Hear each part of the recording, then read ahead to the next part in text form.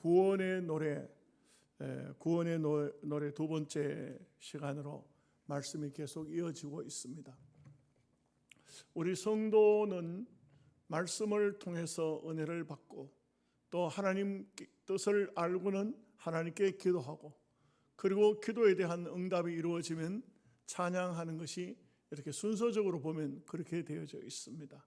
그래서 우리가 찬양을 못하는 그런 사람은 없겠죠. 찬양을 안 하는 사람이 없겠죠. 찬양은 하나님께서 주신 구원의 기도인 것입니다. 구원의 축복인 것입니다. 그래서 찬양한다는 것은 구원의 은혜를 깨달았다는 것이죠. 이 구원과 찬양은 연결이 되어져 있습니다. 그냥 구원받은 은혜를 모르고 노래를 한다면 그것은 찬양이 아닙니다. 찬양이라는 것은 그야말로 구원받은 성도의 신앙 고백이다, 이렇게 할 수가 있는 것입니다. 우리가 그 이스라엘 백성들을 봐도 이스라엘 백성들이 그 앞부분에서도 보면은 애굽 땅에서 하나님의 많은 기적을 보았지만 그러나 거기서 찬양했다는 말은 없습니다. 찬양을 전혀 하지 않았어요. 두려움에 떨었어요. 하나님의 구원을 보면서도 감사하거나 기뻐하거나 찬송하거나 이러지를 못했어요. 그런데 홍해 바다를 딱 건넜을 때 이거는 뭐 누구라 할 것도 없이 온 이스라엘이 함께 다 찬양을 불렀다는 것을 볼 수가 있죠. 이것은 구원의 노래라 이렇게 할 수 있겠습니다. 오늘 우리가 이 땅 위에서도 하나님을 찬양합니다만 진심으로 진정으로 하나님을 찬양할까? 저는 볼 때 오늘 말씀처럼 이스라엘 백성들이 애굽을 출발해서 홍해 바다를 걷는 것처럼 오늘 우리에게도 마지막 우리의 삶이 끝이 나고는 건너가야 할 강이 있죠. 요단강 아닙니까? 영적인 요단강을 건너게 되면은 당연히 하나님을 정말 찬양하게 될 것입니다. 우리가 천국에서 요한계시록을 보면 천국에서도 찬양이 참 많습니다. 찬양이 우리도 구원의 찬양은 어린 양 보혈의 찬양일 것입니다. 이 찬양을 천국까지 가서도 부를 것입니다. 학자들 중에는 그런 말이에요. 우리가 천당 가서 뭐 할 거냐? 천당 가서 할 일은 한 가지밖에 없다. 하나님을 찬양하는 것이다. 찬양한다. 그 찬양을 많이 한다. 우리가 마음속에 하나님을 향한 감사하는 마음을 가지게 되면 원망은 사라집니다. 그런데 찬양을 하지 않고 감사하는 마음이 없으면 원망이 싹트기 시작합니다. 이 세상에는 원망이 얼마나 많습니까? 불평이 얼마나 많습니까? 이래도 불평이고 저래도 불평이고. 근데 또 감사하는 사람은 반대로 이래도 감사 저래도 감사, 이런 형편 속에서도 감사하고 저런 형편 속에서도 감사할 수 있다는 것은 너무나 귀한 것입니다. 그래서 우리가 믿음의 사람이면 그 입술을 보면 알아요. 믿음의 사람이면 감사하도록 되어 있어요. 감사하고 찬양하도록 되어 있습니다. 근데 이제 그렇지 않고 신앙생활을 한다고 하지만 아직도 원망과 불평이 많은 사람, 이런 사람은 거듭난 사람일까? 하나님의 사람이 맞을까? 우리가 까를 한번 생각해 볼 필요가 있습니다. 그래서 우리는 이 땅에 사는 동안 어떻게든 간에 조금 더 감사하고 좀 더 찬송하고, 다르게 반대로 하면 좀 더 원망하지 말고 소극적으로 좀 더 불평하지 말고, 좀 불평할 일이 생겨도 입 꾹 다물고 할 수 있으면은 원망하지 말고 될 수 있으면은 반대로 찬송하고 감사하고 그렇게 살아야 돼요. 그래서 우리가 땅에 사는 삶 속에 참 늘 감사한다는 거, 불평하지 않고 원망하지 않고 이렇게 잠잠히 하나님의 은혜를 생각하면서 그러면서 산다는 것은 매우 중요합니다. 여러분 다 살아보시니까 알지만 원망하려고 하면 한이 없습니다. 얼마나 원망거리가 많습니까? 이 나라부터 경제부터 정치부터 뭐 할 것 없이 이런 거 저런 거 다 원망하다 보면 결국 그 원망은 하나님을 원망하도록 되어 있는 것입니다. 그런 어리석은 삶을 살아서는 안 되고 모든 방면에 어쨌든 간에 원망하지 말고 감사하는 삶을 살아야, 그래야 진정한 찬양을 부를 수 있는 성도가 될 수 있을 것입니다. 자, 말씀을 14절 15절 말씀을 함께 같이 읽어보겠습니다. 여러 나라가 듣고 떨며 블레셋 주민이 두려움에 잡히며 에돔 두령들이 놀라고 모압 영웅이 떨림에 잡히며 가나안 주민이 다 낙담하나이다. 이스라엘 백성들이 지금 광야를 거쳐서 어디로 가냐면 가나안 땅으로 들어가는데 거기에 다 걸리는 나라들이 에돔이고 모압이고 블레셋이고 거기 그들을 치고 들어가서 가나안 땅을 점령해야 돼요. 그런데 모세는 벌써 아마 그것을 염두에 두고 그들이 다 떨고 그들이 다 놀라고 그들이 다 낙담했다. 우리는 그야말로 가나안 땅을 들어가는데 조금도 걸릴 것이 없다. 왜냐하면 하나님이 홍해 바다를 갈라서 애굽의 저 세계 최강 군대를 몰살시키듯이 우리에게 구원의 은혜를 베풀어 주셨는데 블레셋이면 어떻고 모압이면 암몬이면 어떻겠냐. 그들은 우리에게 아무도 우리를 대항하지 못할 것이다. 가나안 족속들이 다 두려웠을 것이다. 우리는 하나님께서 주신 그곳으로 들어가면 된다. 이것을 말해주고 있는 것이죠. 사실 이스라엘 백성들을 보면은 실제 모세처럼 모세는 이렇게 믿음의 노래를 했지만 이스라엘 백성들은 그러지를 못했어요. 그러지를 못하고 그야말로 가나안 땅에 가서도 다 점령하지 못했고 또 모압과 부닥쳤을 때 굉장히 낙담했어요. 또 블레셋은 하나님께서 몽둥이로 사용했어요. 매로 사용했어요. 이스라엘 백성 잘못되면 꼭 블레셋이 들어와가지고 이스라엘 백성들을 괴롭혔어요. 블레셋은요 보통 백성들이 아니에요. 이 사람들은 아낙의 후손들이에요. 이 사람들은 거장들이에요. 이 사람들 중에 바로 골리앗이 있었어요. 이런 골리앗이 혼자만 대표적으로 나왔을 뿐이지 그런 자손들이 참 많았어요. 블레셋 사람들은 다 보면 역사를 통해 보면 거인족들이에요. 거인족들인데 이 사람들의 키가 큰 사람은 2m 한 70 정도 되는 사람들도 있었다고 그래요. 그러니까 얼마나 큰 사람들이에요. 이런 블레셋 사람들이 또 헤브론 쪽에도 보면 그런 사람들이 네피림 후손들이 살고 있었다고요. 그러나 모세는 믿음으로 내다보고 저것들 다 겁먹었다. 저것들 아무것도 아니다. 우리가 들어가면 하나님께서 주신 약속의 땅을 다 받을 수 있다. 이렇게 이제 생각을 했지만 실제적으로 보면은 이런 약속이 이루어지는 것은 역사를 통해서 보면 이 시대가 다 지나고 사사시대가 지나고 다윗 시대 갔어야 온전히 헤브론 땅을 차지하고 이스라엘을 완전히 정복하는 것을 볼 수가 있습니다. 그 다윗이 누굽니까? 다윗은 다른 사람이 아니에요. 믿음의 사람입니다. 믿음의 용장이죠. 그러니까 믿음으로 이기는 것이지 가나안 땅을 세상을 넘어뜨리고 가나안 땅을 점령하는 것은 힘으로 하는 것이 아니에요. 힘으로는 그 사람들이 훨씬 더 강할 수 있어요. 그러나 믿음으로 이겨냈다. 믿음으로 승리한다. 이런 말씀인 것이죠. 16절 말씀 보겠습니다. 놀람과 두려움이 그들에게 임하며 주의 팔이 크므로 그들이 돌같이 침묵하여 싸우니 여호와여 주의 백성이 통과하기까지 곧 주께서 사신 백성이 통과하기까지 였나이다. 그 사실을 보면은 하나님께서 모압을 완전히 없애버렸어요. 나중에 보면 모압도 없애버려, 에돔도 없애버렸는데 이 사람들이 출애굽하는 이스라엘 백성들의 걸림돌이 됐어요. 굉장히 에돔은 에서의 후손이고 또 이 모압은 롯의 후손이에요. 절대 남들이 아니에요.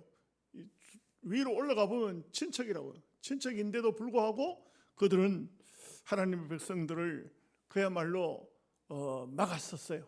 그러나 모세의 노래 속에는 이것은 믿음으로만 가능한 얘기예요. 그런데 믿음으로 하지 아니하면 이와 같이 그들은 걸림돌이 될 수밖에 없어요. 이스라엘에게 있어서 가는 길에 걸림돌이 되는 거예요.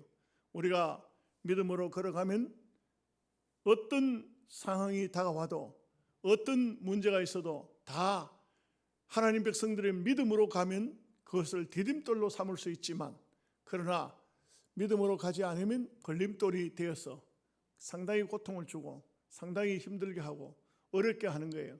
그래서 우리가 이 땅에 사는 삶도 성도라면 어떤 상황, 어떤 형편이 다가왔든지 믿음으로 걸어야 돼요. 믿음으로 말을 해야 돼요. 믿음으로 승리하도록 해야 돼요. 믿음이 아니고 내 힘, 내 능력, 내가 가지고 있는 기술로는 안 되는 거예요. 그래서 모든 방면에 우리가 실패한 걸 가만히 돌아보십시오. 왜 실패했는가? 왜 안 됐는가? 성도의 삶 속에 뭔가 문제가 생겼다 하는 데는 다 믿음으로 안 하는 게예요. 그게 문제였어요.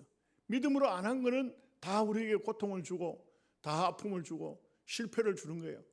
여러분 자녀들도 믿음으로 키워야 돼요. 믿음으로 키우지 않으면 안 돼요. 이번에 지난주에 제가 보니까 유튜브를 보니까 그런 얘기가 나오더라고요. 전국에서 400등 수능 시험 쳐가지고 400등 나왔으면 잘 나온 거잖아요. 근데 그 어머니가 아이를 막 야구 방망이로 때렸어요. 엄마가. 그 아이가요, 자기 어머니를 죽여버렸어요. 그런 일이 벌어졌어요. 왜 그럴까요? 학업 공부를 잘해가지고 아주 훌륭한 인물이 됩니까? 정말 그런 것은 아니거든요. 사람은 자기가 가지고 있는 달란트가 다 있고 하나님께서 주신 그 달란트대로 땅 위에 사는 것인데, 여러분 생각해 보십시오. 다 법관되고 다 의사 되고 다 변호사 되고 이럴 것 같으면 이 세상에 그러면 농사를 누가 짓고 사업은 누가 합니까? 잘난 사람은 잘난 사람대로, 똑똑한 사람은 똑똑한 사람대로, 덜 똑똑하면 덜 똑똑한 대로 하나님께서 다 필요한 대로 쓰시는 거예요. 그런데 그러지 않고 너무 가다한 욕심을 내고 남의 것을 쳐다보고 이러지도 못할 것을 전부 내 것으로 삼으려고 하고, 거기서 다 그런 문제들이 생겨지는 것이죠. 그래서 우리는 항상 믿음으로 말하고 믿음으로 생각하고 믿음으로 살면, 우리는요 그래 살면 되는 거예요. 특별한 존재로 살려고 하지 마십시오. 특별한 존재가 된다고 해서 행복한 것은 절대 아닙니다. 그런 책을 읽어보니 그런 얘기가 있더라고요. 재벌들 중에 골머리 안 아파하는 사람이 없다고. 참 많은 재산을 가지고 있고 많은 돈을 가지고 있지만 그들은 다 정말 골머리 아픈 그런 삶을 사는 거예요. 여러분 혹시 여러분들도 교도소 갔다 왔습니까? 이재용 씨 보세요. 그 삼성 기업을 이끌고 있지만 감옥을 들락날락. 우리나라의 유명한 기업가들 다 감옥 안 들어간 사람이 어디 있어요? 감옥이 편한 장소입니까? 그럴 것 같으면 아무나 들어가죠. 그렇지 않습니다. 그런데도 불구하고 우리는 그저 우리가 이 땅에 사는 삶 속에 평안히 사는 이 자체가 바로 행복이고 은혜인 줄 믿어야 될 줄로 믿습니다. 17절 18절 말씀 같이 보겠습니다. 주께서 백성을 인도하사 그들을 주의 기업의 산에 심으시리이다. 여호와여, 이는 주의 처소를 삼으시려고 예비하신 것이라. 주여, 이것이 주의 손으로 세우신 성소로소이다. 여호와께서 영원 무궁하도록 다스리시도다 하였더라. 모세의 기도는 전부가 다, 모세의 기도, 모세의 노래는 전부가 다 믿음으로 하는 소리예요. 믿음으로 하는 소리예요. 벌써 아마 이 모세는, 사실 모세는 좀 안타깝지만 가나안 땅에 못 들어갔잖아요. 근데 이 모세는 벌써 하나님 백성을 그 영원한 기업으로 삼으셨다. 그 나라에 심어 놓으셨다. 이 심었다는 것은 쉽게 뿌리가 뽑히지 않습니다. 이와 같이 아마 영원한 세계, 영원토록 가나안 땅, 하나님의 나라, 출애굽을 해서 홍해바다를 건넜지만 벌써 거기까지 내다보고 있습니다. 이것은 영원한 이스라엘에 대한 믿음을 가지고 있는 것을 볼 수가 있습니다. 우리가 믿음의 사람이라면은 그러면 언제든지 멀리, 저 멀리, 이 세상뿐만 아니고 요단강 건너 다음 세상까지 볼 수 있는 그런 믿음을 가져야 됩니다. 그래서 그런 믿음을 가질 때에 우리가 땅 위에 사는 삶 속에서도 언제나 기쁨과 감사의 삶을 살 수가 있는 것입니다. 그래서 영적인 세계를 생각지 않고 육신적으로 살면 너무 피곤할 때가 많고 힘들 때가 많습니다. 짜증날 때가 많습니다. 여러분 정말 맑은 정신이 있을 때 예수 잘 믿어야 됩니다. 예수 잘 못 믿으면 우리가 이 땅 위에 사는 삶이 어느 때 표시가 나냐면 치매가 와보면요, 육신적으로 살던 게 그때 보면 다 나타나요. 예수 믿는 사람이라 해도 다 나타나요. 저 이렇게 치매 걸린 사람들 많이 상대해 보거든요. 근데 보면은 뭐 그렇게 불만이 많은지 모르겠어. 뭐 얼마나 불만을 많이 터뜨리, 자기가 불만을 하는데도 그 뭔지도 본인도 몰라요. 본인도 모르고 있는 거예요.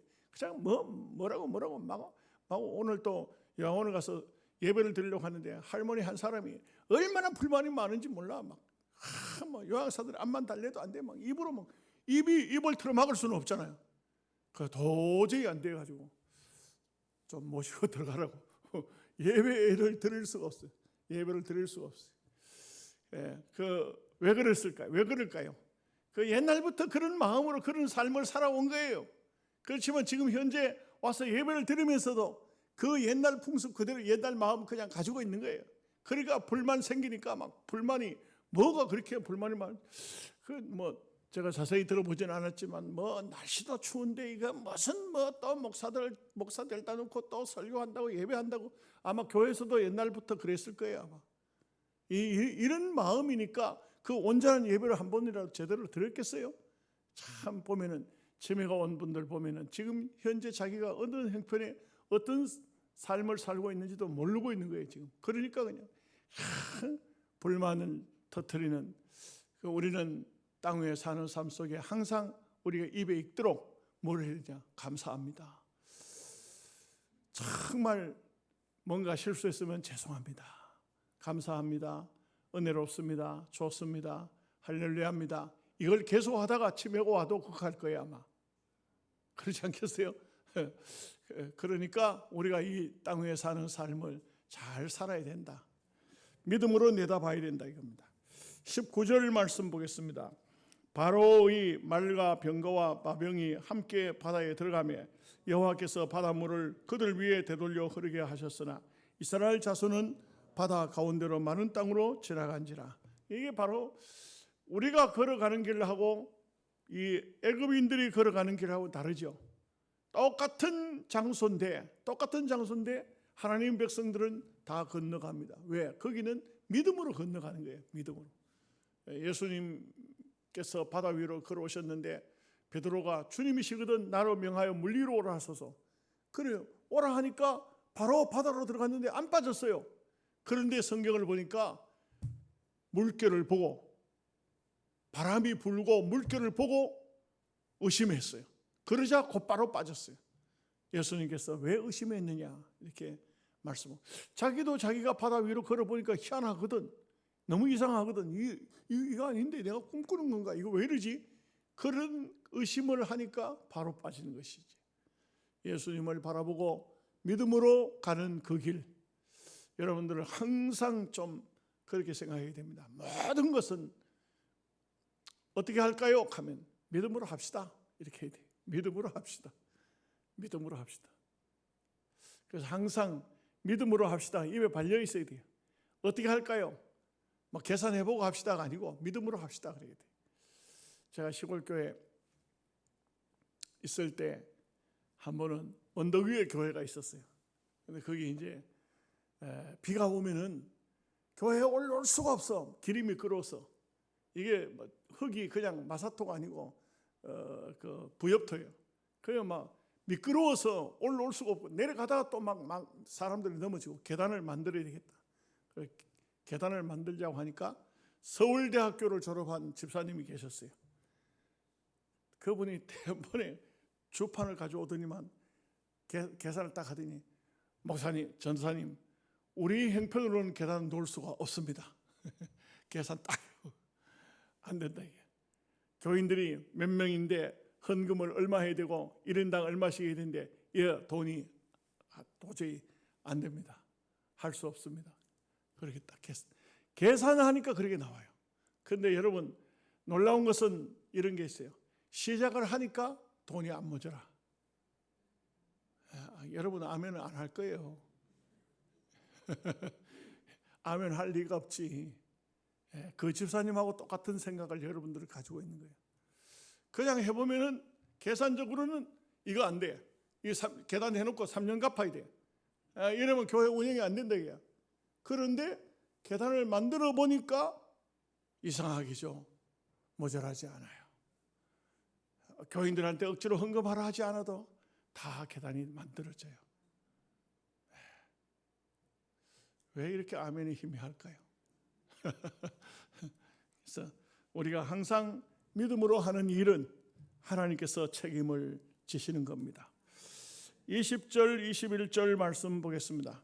아론의 누이 미리암이 손에 소고를 잡으며 모든 여인도 그를 따라 나오며 소고를 잡고 춤추니 미리암이 그들에게 하답하여 이르되 너희는 여호와를 찬송하라. 그는 높고 영화로우시며 말려가 그 탄자를 바다에 던지셨음이로다 하였더라. 여러분 놀라운 것은 모세의 누이 아론의 누이 또 미리암도 여기 보니까 선지자라고 말하고 있어요. 선지자. 이것은 뭘 말해주고 있냐면 하나님의 은혜를 받은 사람이라 이거죠. 하나님의 뜻에 순종하는 사람이라 이거죠. 그러니 이런 사람을 통해서 찬송을 하게 되고 소고를 잡고 노래하게 되고 모든 사람들이 함께 노래하더라 이거죠. 여러분들 속에도 하나님의 계시의 말씀을 순종하고 믿음으로 사는 사람이 있으면 영적으로 볼 때 선지자입니다. 여러분들이 항상 믿음의 길을 앞장서서 이끌어야 됩니다. 여러분들이 찬양하면 찬양하는 사람이 또 따라 있을 거예요. 누군가가 여러분이 믿음으로 말하면 믿음으로 따라올 사람이 있습니다.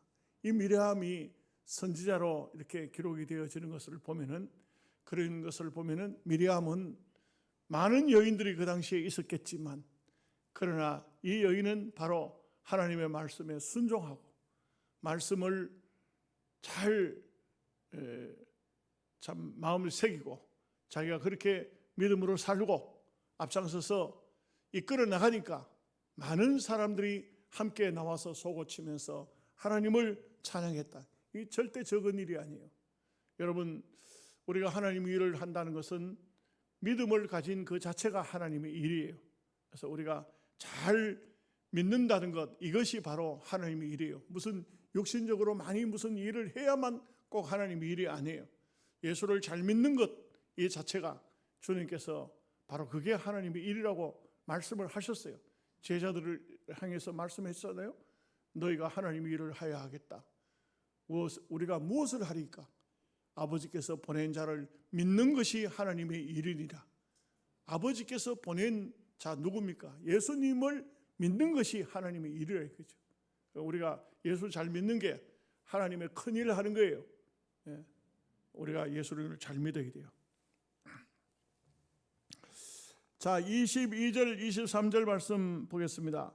모세가 홍해에서 이스라엘을 인도하며 그들이 나와서 수룩 강야로 들어가서 거기서 사흘 길을 걸었으나 물을 얻지 못하고 마라에 이르렀더니 그곳 물이 써서 마시지 못하겠으므로 그 이름을 마라라 하였더라. 여러분 보십시오. 이 이스라엘 백성들은 그냥 가는 게 아니에요. 홍해바다를 건넜죠. 불기둥 구름기둥이 인도해서 가는 거예요. 불기둥 구름기둥이 멈추면 그냥 멈춰요. 이게 하나님의 임재의 상징이에요. 하나님께서 그들을 인도하고 계시는 거예요. 이 불기둥 구름기둥을 따라가지 않으면 살 수가 없어요. 강야에서는. 그런데 그 불기둥 구름기둥을 따라갔는데 믿음으로 갔는데 하나님이 인도했는데 물이 없습니다. 이거 어떻게 된 겁니까? 여러분 잘 아셔야 돼요. 우리가 이 땅 위에 사는 삶은 광야의 삶이에요. 믿음으로 살아도 때로는 물이 없을 수 있어요. 때로 물이 생겼는데 먹어보니까 이건 또 먹을 수가 없어. 너무 쓴 거예요. 너무 힘든 거예요. 물이 없다. 물이 없다는 것은 아주 치명적이잖아요. 정말 이 광야에 물이 없다. 어떻게 살겠어요? 물 안 먹고 살 수 있어요? 밥은 안 먹어도 며칠 안 먹어도 살 수는 있어요. 그런데 물은 안 마시면 사람이 미쳐버리는 겁니다. 이 사람 몸에 2%의 물만 부족해도 상당히 심각한 문제가 생겨요. 그래서 옛날에 그 어떤 음료수 회사는 2%라는 음료수를 내놨잖아요. 부족할 때 마시라 이게. 예, 여러분 그 사람 몸에는요 꼭 필요한 양의 물이 있어야 되는데 이 물이 빠져나가면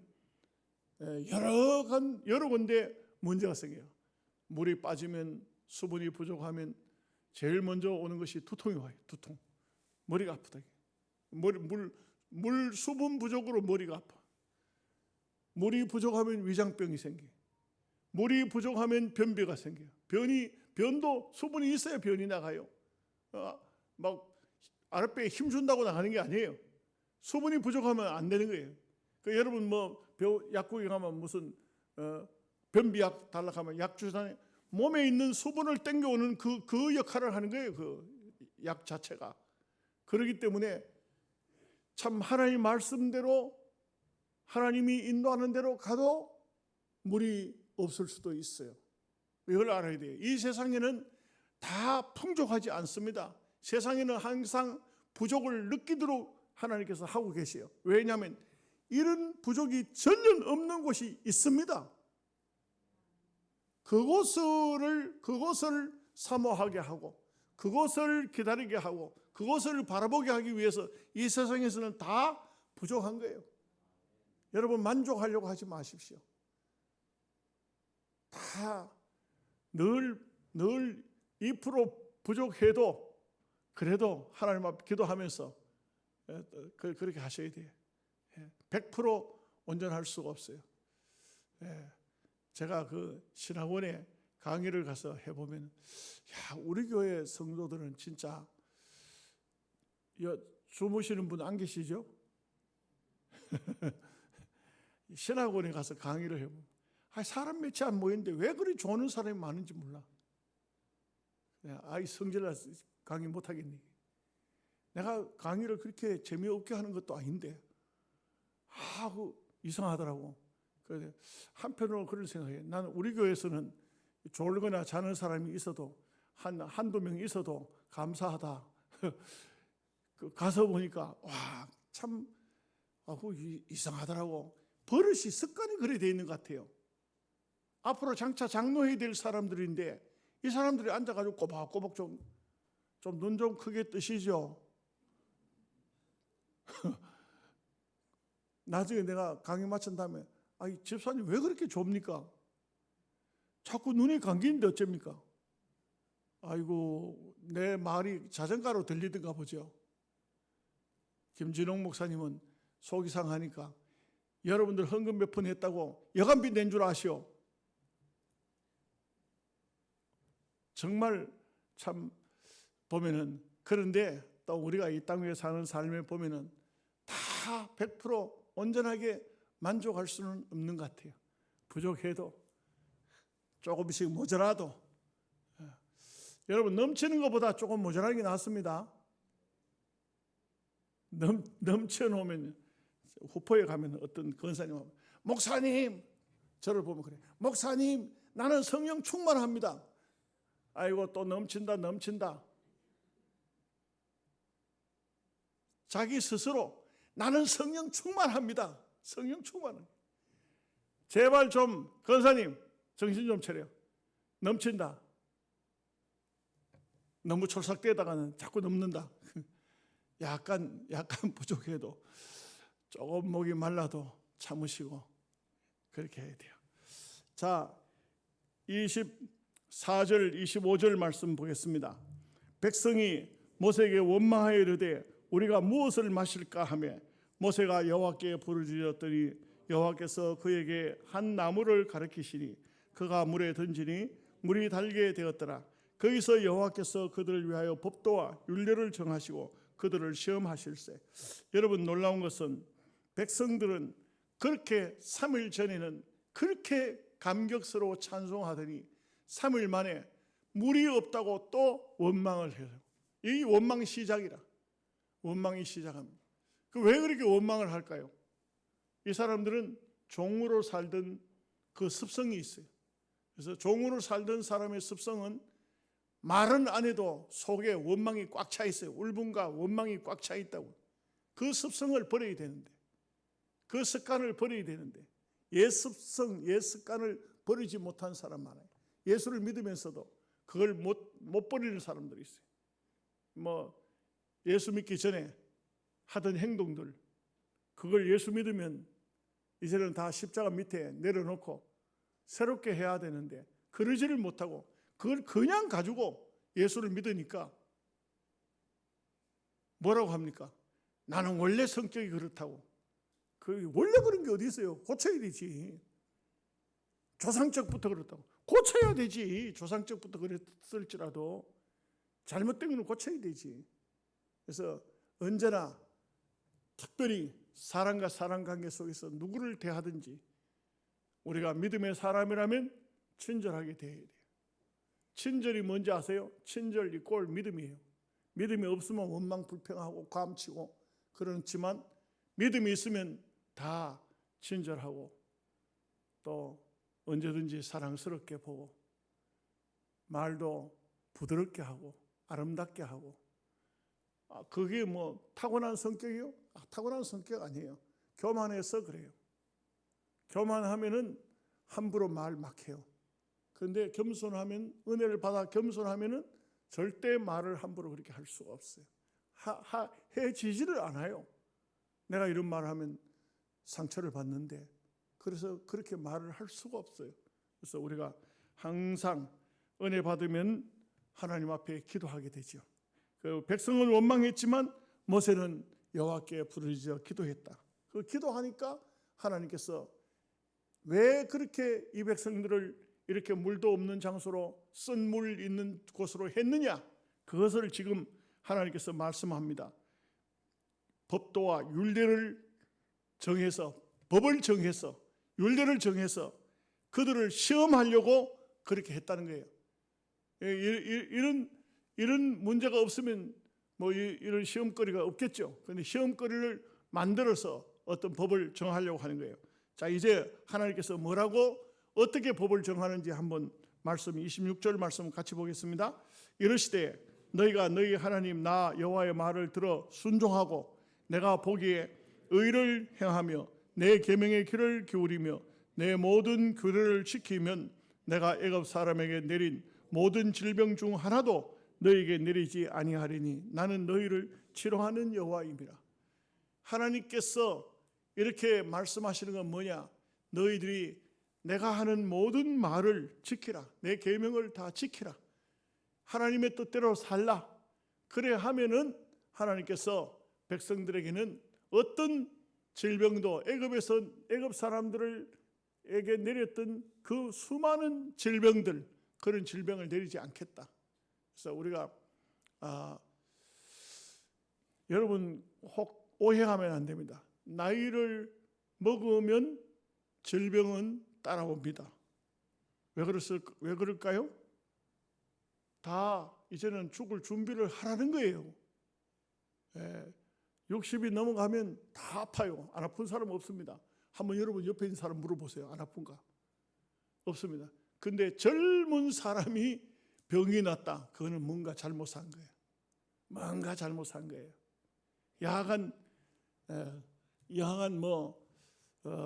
여러 가지 자기 자신에게 있을 수도 있고 환경적인 여건이 있을 수도 있지만, 그러나 특별히 애굽의 사람들은 그 하나님께서 내린 질병 때문에 죽었잖아요.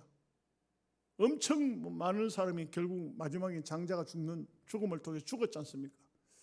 우리가 정말 하나님 뜻대로 믿음으로 살면, 그러면요 거의 건강한 삶을 일생을 살 수가 있어요. 나이가 먹어서 질병이 오는 것은 그거는 이제는 천당을 사모하고 이 땅 위에 너무 살려고 하지 마십시오. 좀 기분 나쁠란 건 몰라도 너무 살려고 하지 마세요. 때가 이제 서서히 다가오는구나, 가까이 오는구나. 천당 갈 준비를 해야 되겠다. 좀 더 믿음으로 살고 그렇게 해야 돼요. 예, 장로님 중에 한 분이 저하고 총회에서 같이 활동하던 분이 계셨는데 그분이 북한에 나무 심기 운동을 하던 분이에요. 그 나무 심기 운동하는 대표자였어. 북한 가서 나무를 많이 심어주고 왔다 그래요. 나무를 많이 심어주고. 그런데 그분의 특징이 참 보면은 구두쇠도 그런 구두쇠가 없어요. 와, 정말 지독한 구두쇠야. 그런데 이분이 쓰러졌어요. 쓰러져 가지고 그래가지고는 식물인간으로 있었어요.